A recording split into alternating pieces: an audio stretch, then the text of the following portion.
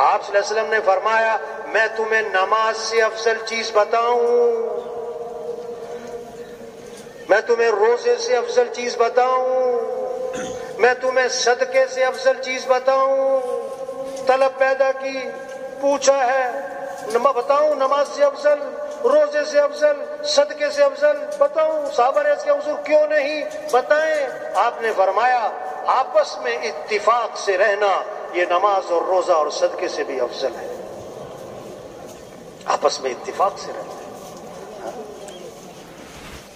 پیار، محبت، نرمی۔ ہمارا دین کیا سکھاتا ہے؟ نفع پہنچاؤ، لوگوں کے کام آؤ۔ عبداللہ بن عباس رضی اللہ عنہ مسجد نبوی میں ہیں، اعتکاف میں ہیں، ایک شخص کو دیکھا، اس کے پاس گئے اور اس سے پوچھا کہ تمہیں کیا بات ہے؟ مجھے ایسا لگ رہا ہے کہ تم پریشان ہو۔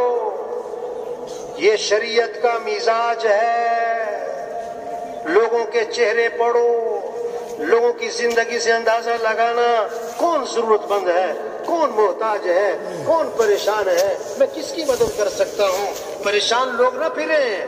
عبداللہ بن عباس جب اس کے پاس گئے اور فرمایا مجھے لگ رہا تمہارے چہرے سے کہ تم پریشان ہو۔ کہا جی آپ نے صحیح پہچانا ہے، میں بڑا پریشان ہوں۔ اب پریشانی سنیں، پریشانی کیا ہے؟ میں نے کسی سے کچھ لینا ہے اور وہ دیتا نہیں، پریشانی کیا ہے؟ میں نے کسی کا کچھ دینا ہے اور میرے پاس ہے کچھ نہیں، یہ پریشانی ہے۔ میں نے کسی کا حق دینا ہے، اور حضور صلی اللہ علیہ وسلم کی قبر کی طرف اشارہ کیا، اس قبر والے کی عزت کی قسم میں اس حق کے ادا کرنے پر قادر نہیں، پریشان ہوں۔ عبداللہ بن عباس رضی اللہ عنہ نے فرمایا اگر تم کہو تو میں تمہاری سفارش کروں، شریعت کا مزاج ہے، اگر آپ کسی کی بات آگے پہنچا سکتے تو پہنچانی چاہیے۔ انہوں نے کہا آپ کی مہربانی ہوگی۔ جوتا لیا، مسجد سے باہر نکلے اور چل پڑے۔ اس نے راستے میں کہا حضرت آپ بھول گئے، آپ تو اعتکاف میں تھے، بھول گئے اپنا اعتکاف؟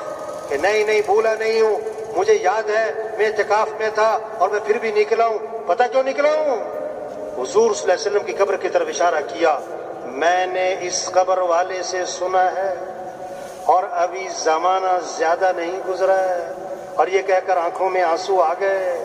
آپ نے فرمایا جو اپنے مسلمان بھائی کی حاجت کو پورا کرنے کے لیے چلے پھرے کوشش کرے، یہ اس کے لیے 10 سال کے اعتکاف سے افضل ہے۔ 10 سال کا اعتکاف